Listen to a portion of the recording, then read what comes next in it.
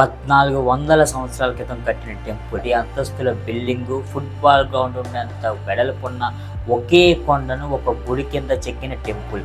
అదే కైలాష్ టెంపుల్. ఈ టెంపుల్ చెప్పాలంటే కనుక చాలా మిస్టరీ తోటి ఉందని చెప్పుకోవచ్చు.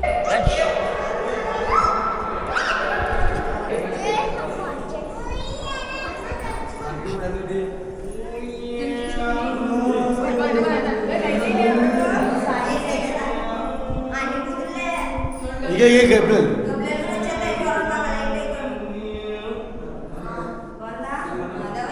చీకట్లో వెలిగి చోట్ల మరి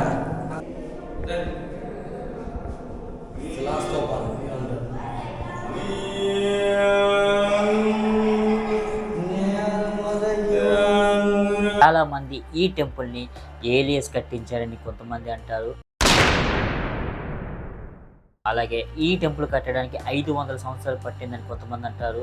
కాదు, 12 సంవత్సరాలు పట్టిందని కొంతమంది అంటారు. అలాగే ఈ టెంపుల్ చూసుకుంటే కనుక ఈ టెంపుల్ కట్టినప్పుడు వచ్చింది 20 లక్షల టన్స్ స్టోన్స్ అనేవి వచ్చినవి. నా పేరు శివ, మీరు చూస్తున్నారు మీడియా సారథి. సో నా ఛానల్లో ఫస్ట్ వీడియో ఇదే అని చెప్పుకోవచ్చు.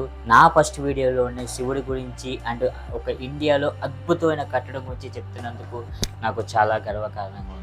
సో ఇంకా లేట్ చేయకుండా వీడియోలోకి అయితే వెళ్ళిపోదాం. ఫస్ట్ ఆఫ్ ఆల్ ఈ టెంపుల్ గురించి తెలుసుకోవాలంటే మనకి ఈ టెంపుల్ ఎక్కడుందో అనేది తెలుసుకోవాలి. సో ఈ టెంపుల్ చూసుకుంటే కనుక మనకి మహారాష్ట్రలోని మహారాజా ఛత్రపతి శివాజీ సంభాజీ నగరం దగ్గర నుంచి 30 కిలోమీటర్ల దగ్గరలో అయితే ఈ టెంపుల్ అయితే ఉంటుంది. ఈ టెంపుల్ గురించి చెప్పాలంటే ఈ టెంపుల్ అనేది మనకి 800 CE నాటిలో అయితే కట్టడం అయితే జరిగింది. అండ్ ఈ టెంపుల్ చూసుకుంటే మనకి రాష్ట్రకూట యాంపేరియంలోని 2వ రాజు అయిన కృష్ణరాజులు గారు ఈ టెంపుల్ని అయితే కట్టించడం జరిగింది.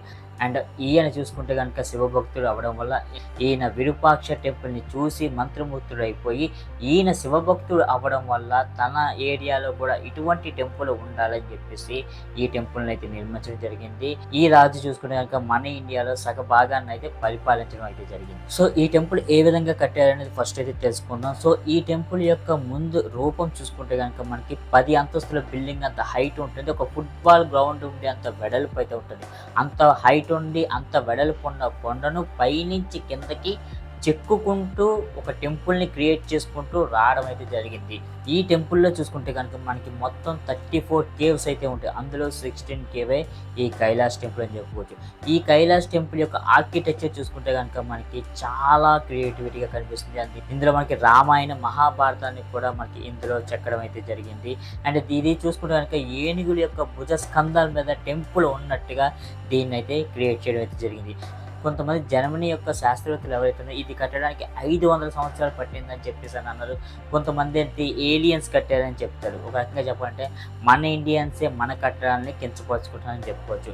ఈ కట్టడాలన్నీ మన ధర్మాన్ని కానీ మన యొక్క శాసనాలని కానీ అలాగే మనకున్న భక్తిని కానీ చాటు చిలుగుతాయి.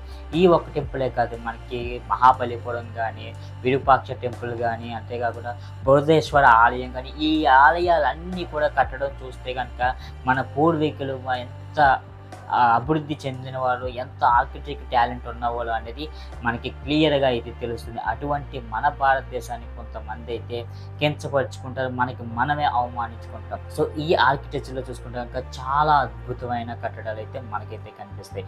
ఇందులో బుద్ధుడికి సంబంధించిన టెంపుల్స్ ఉంటాయి, అండ్ జైన్కి సంబంధించిన టెంపుల్స్ ఉంటాయి, అలాగే మనకి సంబంధించిన శివతాండవం శివాలయాల టెంపుల్స్ కూడా మనకైతే ఉంటాయి.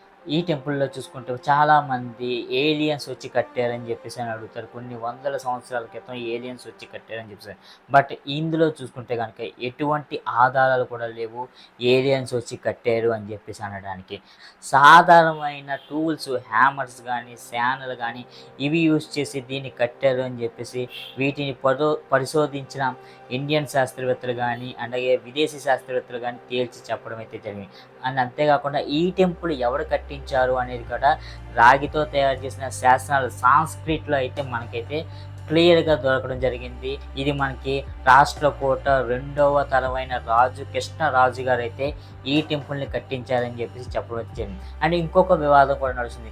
ఇది కట్టడానికి 500 సంవత్సరాలు అయితే పడుతుంది, ఓన్లీ కృష్ణరాజు గారు ఒకలే కట్టించలేదని, ఆయన ఉన్నది కేవలం 18 సంవత్సరాలు మాత్రమే అని, ఇది 12, 13 సంవత్సరాలు ఎలా కట్టారు అని చెప్పేసి మన జర్మనీ శాస్త్రవేత్త అయితే కనుక దీన్ని అయితే ప్రతిపాదించాడు. ఆయన ఏం చెప్తున్నాడంటే ఇందులో చూసే మన శిల్పాలు ఏవైతే ఉన్నాయో ఒక్కొక్క జనరేషన్లో ఒక్కొక్క టైప్ ఆఫ్ ఉన్నవి అని చెప్పేసి ఆయన చెప్పడం అయితే జరిగింది.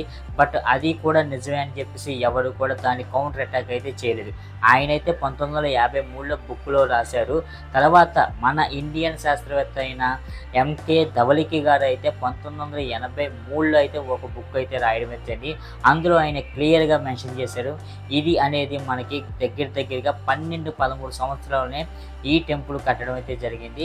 బట్ ఇందులో ఉన్న డిఫరెంట్ శిల్పాలు అనేది ఎలా ఉన్నాయి అంటే కనుక మన ఈ కృష్ణరాజులు ఎవరైతే ఉన్నారో వీళ్ళు కర్ణాటక యొక్క రాజుల దగ్గర ఫైట్ చేసి యుద్ధం చేసి అక్కడ ఉండే కల్చర్స్ ఏవైతే ఉన్నావో శిల్ప కళాకారులు ఎవరైతే ఉన్నారో వాళ్ళ దగ్గర తీసుకొచ్చారు. అక్కడ చూసిన విరూపాక్ష టెంపుల్ ఏదైతే ఉందో అది చూసి మంత్రముగ్ధుడు అయిపోయి తిన శివభక్తుడు అవ్వడం వల్ల ఇలాంటి టెంపులే మనం కట్టాలని చెప్పేసి అక్కడ ఉన్న శిల్పకారులు ఎవరైతే ఉన్నారో వాళ్ళని ఇక్కడ తీసుకురావడం జరిగింది. సో అప్పటికే అందులో చూసుకుంటే వాళ్ళు కర్ణాటకలోని పల్లవులను కూడా గెలిచి ఉండడం వల్ల అక్కడ మిక్స్ అయి ఉన్నారు. చౌలులు అండ్ పల్లవుల యొక్క శిల్ప కళాకారులు మిక్స్ అయి ఉండడం వల్ల వీళ్ళలోని శిల్పాలు చెక్కడంలో ఎక్స్పర్ట్స్, అండ్ రాష్ట్రకూటలో ఉండే శిల్పకారులు రాయిని చెక్కడంలో ఎక్స్పర్ట్స్.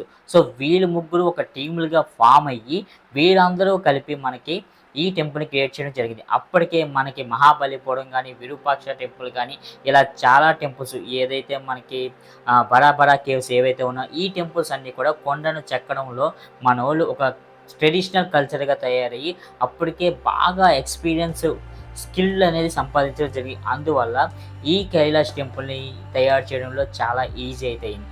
సో ఒక వ్యక్తి ఒక రోజులోని 4 క్యూబ్స్ తీయగలిగితే కనుక ఆ రోజుల్లో 4 క్యూబ్స్ అనేవి పెద్ద మ్యాటరే కాదని చెప్పుకోవచ్చు.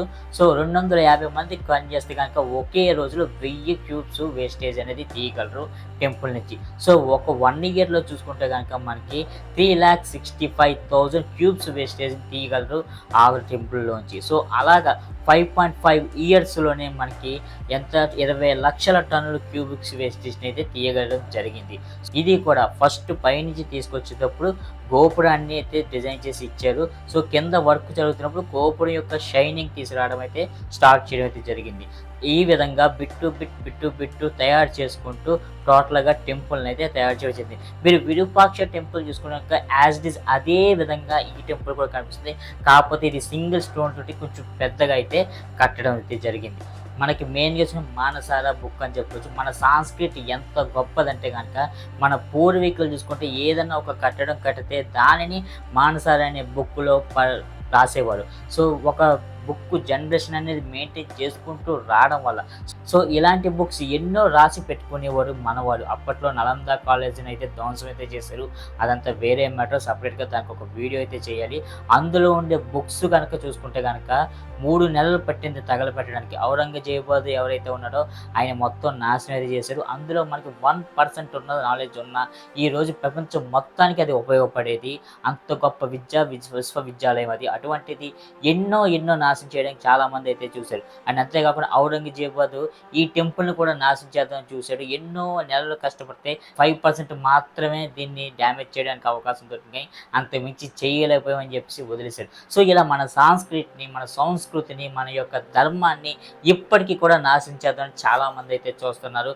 ఎంతమంది వచ్చినా సరే, ఎంతమంది చెదరగొడదామని చూసినా సరే చెక్కు కూడా చెదరనిది మన సనాతన ధర్మం అని చెప్పుకోవచ్చు, మన హిందుత్వ ధర్మం అని చెప్పుకోవచ్చు, మనకున్న కట్టడాలని చెప్పుకోవచ్చు.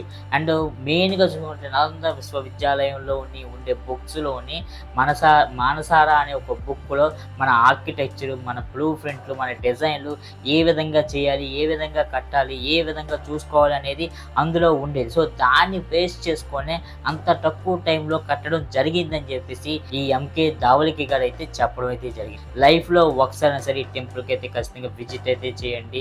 మనకి క్లియర్గా మన సనాతన ధర్మం గురించి, మన హిందుత్వం గురించి, మన పూర్వీకుల గురించి క్లియర్గా అయితే తెలుస్తుంది. సో ఇలాంటి వీడియోస్ మనకి ఎప్పుడూ వస్తుంటాయి. మన చుట్టుపక్కల ఏం జరుగుతుంది, న్యూస్ కానీ, ఫ్యాక్ట్స్ కానీ, అలాగే టెంపుల్స్ గురించి కానీ, మన హిందుత్వ ధర్మం గురించి కానీ నేను రెగ్యులర్గా వీడియోస్ అయితే చేస్తుంటాను. ఖచ్చితంగా రెగ్యులర్గా ఫాలో అవుతుంది మన ఛానల్ని. అండ్ అంతేకాకుండా సబ్స్క్రైబ్ అయితే చేసుకొని సపోర్ట్ అయితే చేయండి. మరొక వీడియోతో మళ్ళీ కలిసిన అంతవరకు జై శ్రీరామ్.